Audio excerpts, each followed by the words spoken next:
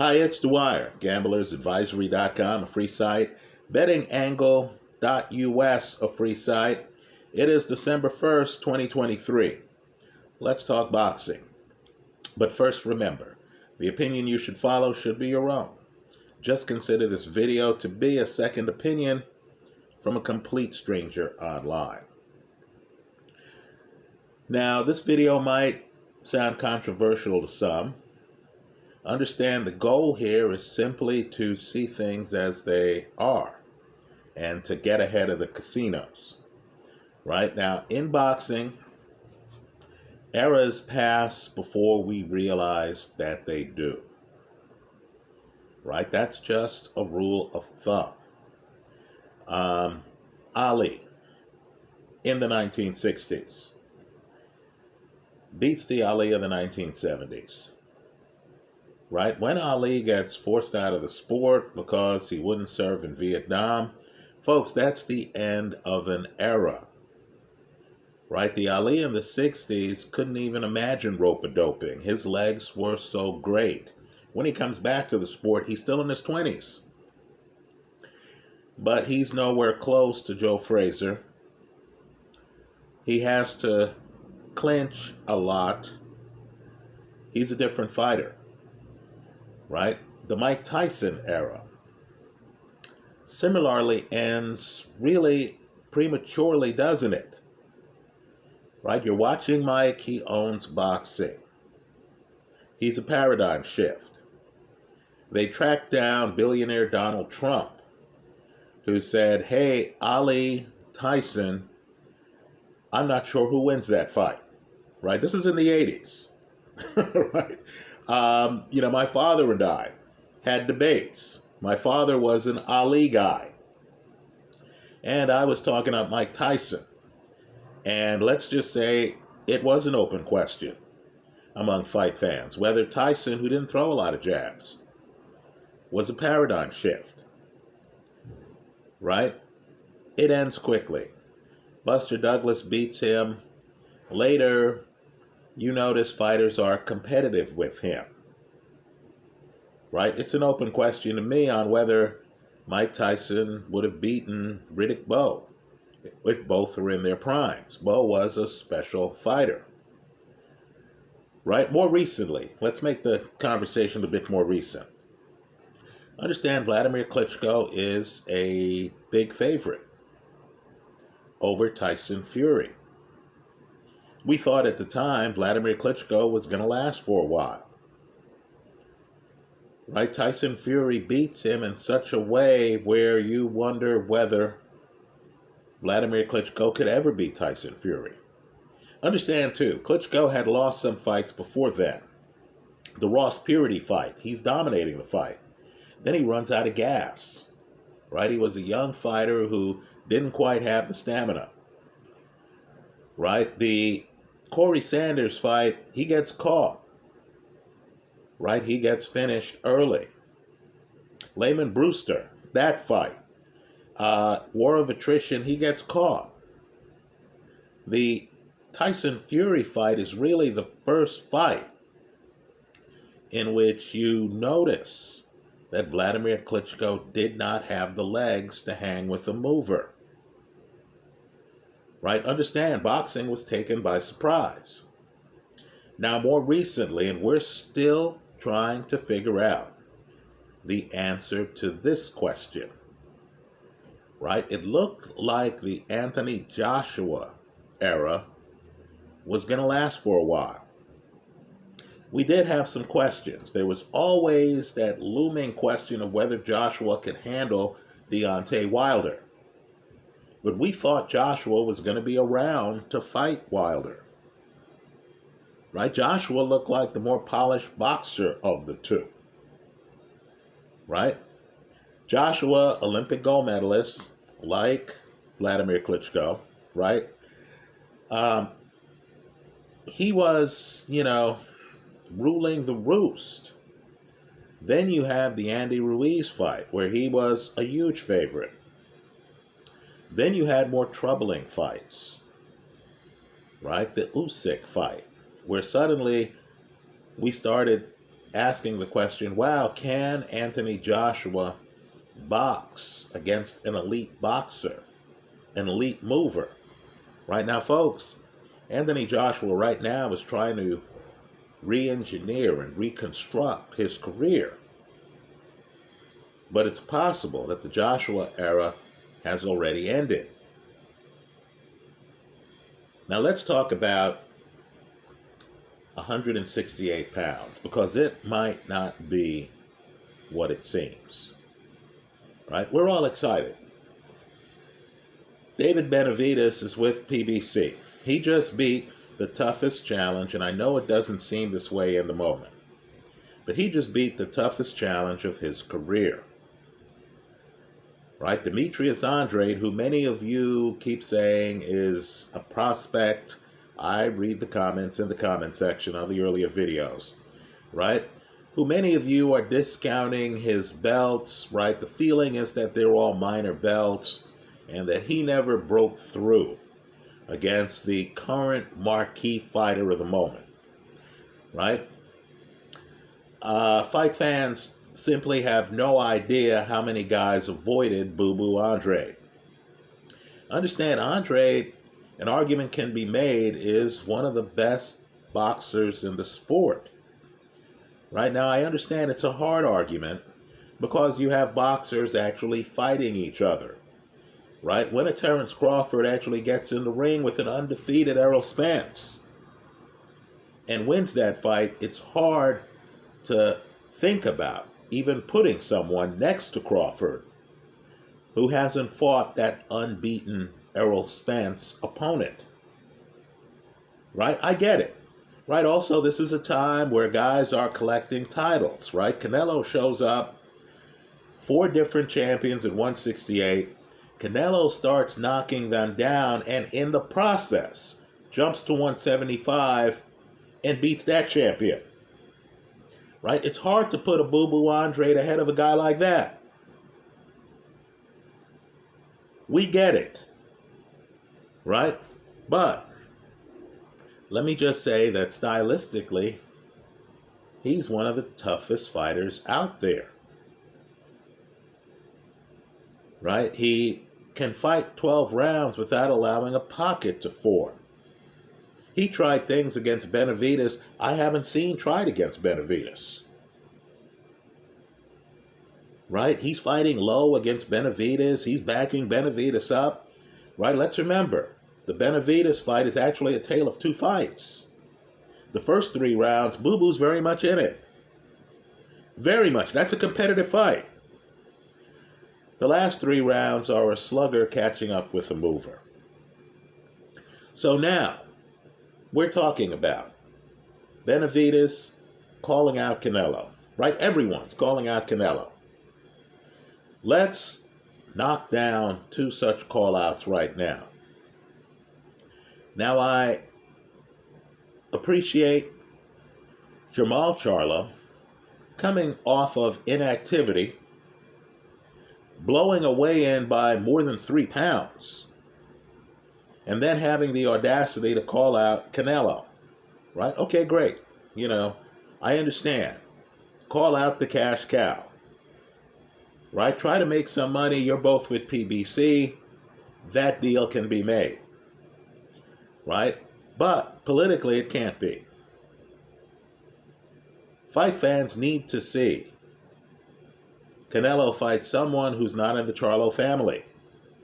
That Jermell Charlo fight was such a disaster that you want to have that memory fade. You don't want to rekindle that memory by suddenly having Canelo announce he's going to fight Jermell Charlo's brother.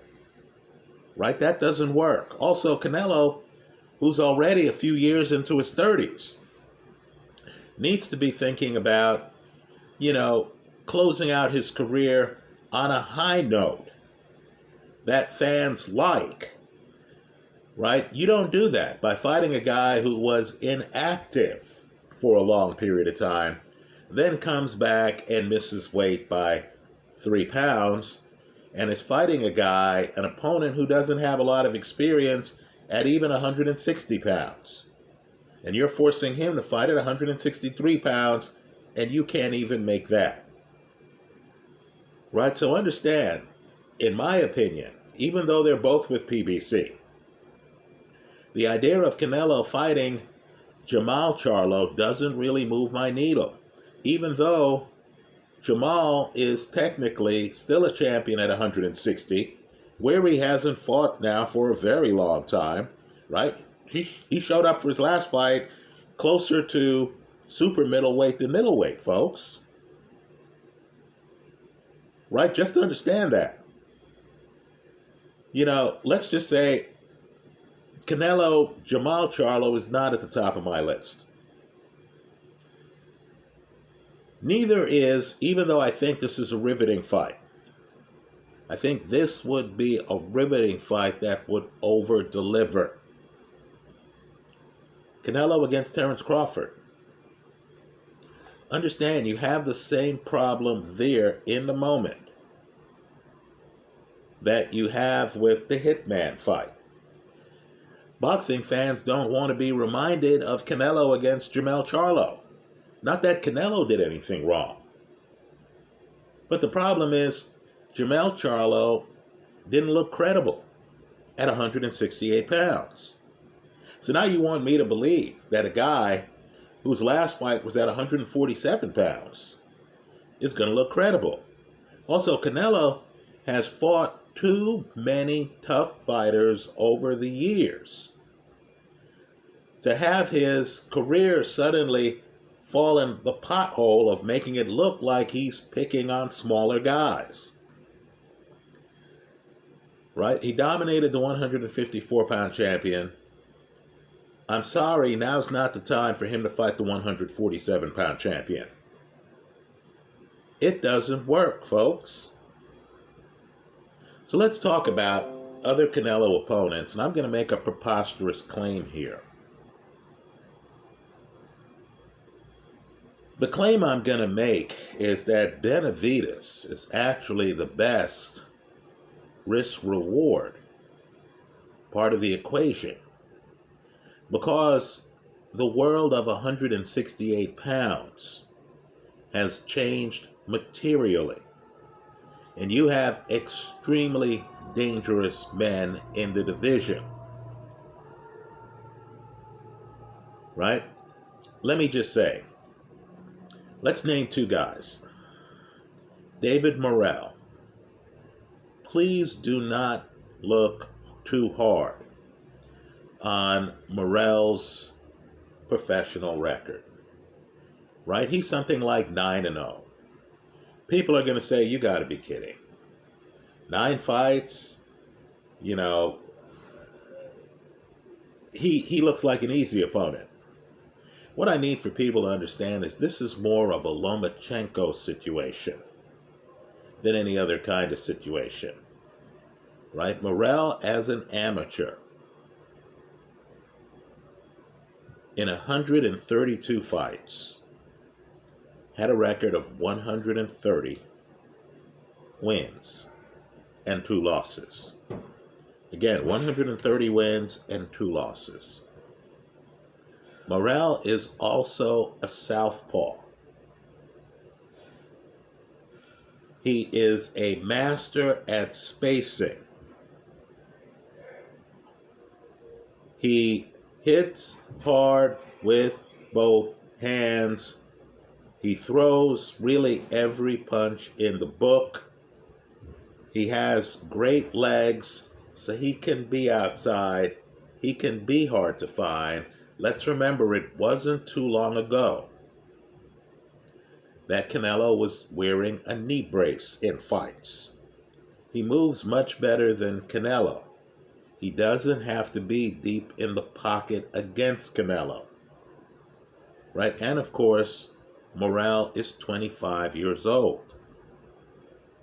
Right? Now, this is a two-way conversation. I believe Canelo needs to consider if he's going to continue on in the sport. And I know there are lucrative fights left and right for him. Right? But Canelo needs to consider fighting Benavidez. because the danger is too great in fighting Morel. I'm not saying Morel is better than Benavidez, but what I am saying is Benavidez is known to the public. Right? If you lose to Benavidez, okay, you lost to a great fighter. You lost to a guy who already has been the champion at 168 pounds twice. Right? Okay, fine. It's not going to be a big stain on your career, just like losing to Bivol wasn't a big stain on Canelo's career. Because Bivol is still unbeaten, he's a great fighter, and he was from the 175-pound weight class. Right? So we look at Canelo against Bivol, and we say, hey, Canelo pushed himself because that's who Canelo is. Right? Canelo is a guy who fought Golovkin multiple times. Canelo is a guy who fought Danny Jacobs, who fought Miguel Cotto, who fought Floyd Mayweather, who fought Austin Trout, who fought Erislandy Lara, right? Who fought Callum Smith when Callum Smith was unbeaten, who fought Billy Joe Saunders when Billy Joe Saunders was unbeaten. Right? That's who Canelo is. Right? So we look at the Bivol fight and we say, hey, he was a credible opponent. Now, to the boxing hardcore, let me just say, David Morel would be a credible opponent. But most of the public wouldn't realize it. There's less risk, and I know it sounds ridiculous, but there's less risk, reputation-wise, legacy-wise, fighting Benavidez, especially since Benavidez just beat unbeaten Demetrius Andrade, than there would be fighting David Morel. Right? Let me point out a corollary here. You're Demetrius Andrade. Now, I know Andre Rozier, who worked with Danny Jacobs, loves Andrade, wants him to be successful, is urging Andrade in his mid-30s to drop back down to 160 pounds. Now, I don't say this lightly. Here again, fight fans might not realize it. Casual fight fans might not realize it. They might be fooled by Jamal Charlo's return. In my eyes, 160 right now is a Marvin Hagler situation from the 80s. There's one guy, and then there's everyone else. And that one guy is Janabek. Right? If I am Demetrius Andrade, I don't drop down in my mid-30s back to 160. That by itself is perilous. Right? I'm just telling you, young guys can do things older guys can't do. One of them is dropping down in weight. Right? Andrade, who's 6'1", is at 168 for a reason. Right? If he drops down to 160, that's going to drain his body. Then he's going to find out that he's in against a guy who is dominant. Right? I don't see Janabek losing for the next several years. I love Terence Crawford. Terence Crawford is calling out Canelo. He's not calling out Janabek. He's too smart for that. Right? Fighters like Tim Tszyu, 154, who, has been calling out Jamel Charlo, understands not to call out Janabek. Whether the public knows it or not, Janabek is a boogeyman. So if I'm Andrade, I look at 160 and I say, that's a dead end. Why am I going to lose 8 pounds? That's significant. That's the difference between middleweight and super middleweight. Why am I going to lose 8 pounds in my mid-30s to go down to 160 to possibly get my ass kicked?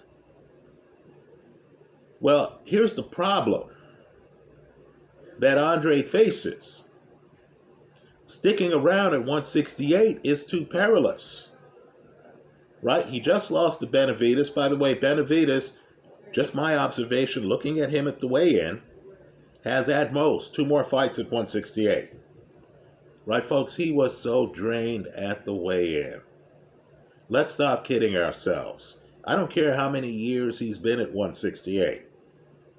Like Devin Haney, who recently gave up multiple titles at 135, Benavidez is going to have to move to 175. Right? 2 fights left tops. You're not going to see Benavidez against David Morel. That's not going to happen. So if I'm Andrade and I look at Morel, knowing I just lost to Benavidez, right? I would also look at the next fighter I'm going to name. He's from France. His name is Christian Mbili. I'm going to look at his tapes and I'm going to realize too young, too much of an athlete, too sudden, hits too hard. If I couldn't handle Benavidez's punch, there is no reason for me to believe that I'm going to handle Christian Mbili's punch. So let me just say, whether I'm Andrade or whether I'm Canelo, I look at Morel, I say, that's a tough fight where the public doesn't know how tough the guy is. If I'm not getting the big lettuce, why am I taking the fight? Then I look at Christian Mbili. Right now, Mbili, I don't rate as high as I do Morel. Because Mbili has to be pocket-centric. Right? He does not have, this is one man's opinion, I understand it's controversial, I'm just telling you what I'm going by. He does not have the ring coverage that Morel has. In other words, a Morel-Canelo fight, Morel can stay an arm's length and a half away from you. He can come up, he can just hit you with a jab. He does not have to run. This is not Caleb Plant. He does not have to run away. He would be outside simply to win rounds in which his opponent hasn't figured out how to shorten the distance. Right? So if Canelo is coming forward, Morel has the legs to stay outside, hit him with jabs, to win slow rounds from the outside. Now, people here know that I thought Billy Joe Saunders would do better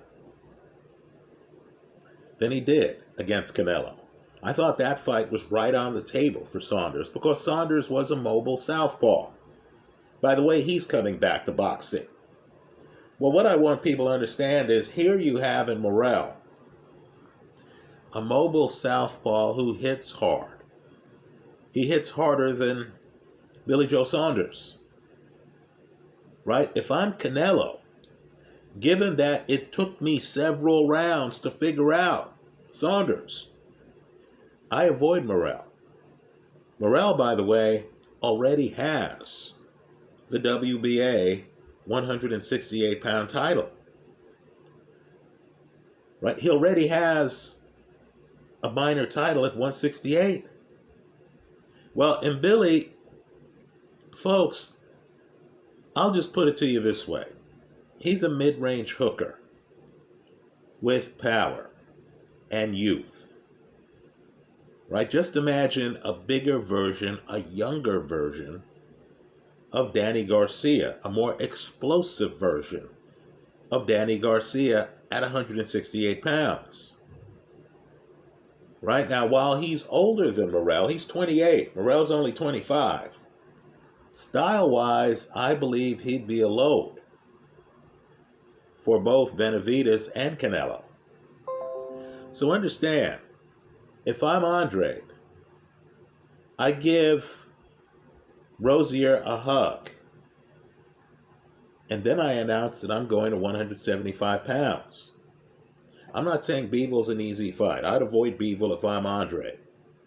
Right? But understand, Andrade is going to be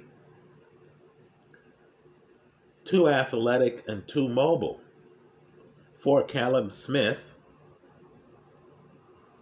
right? Or Arthur Beterbiev. Right? Because Andrade would back away from the pocket there. Andrade would let the guys chase him, and Andrade can actually be back foot for 12 rounds. Right? Let's also think in terms of age. Morel, 25. Mbili, 28. Benavidez in his 20s. Right? Think about it at 175.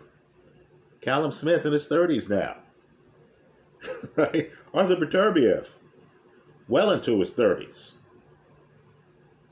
Right? If I'm Andrade, I go to 175.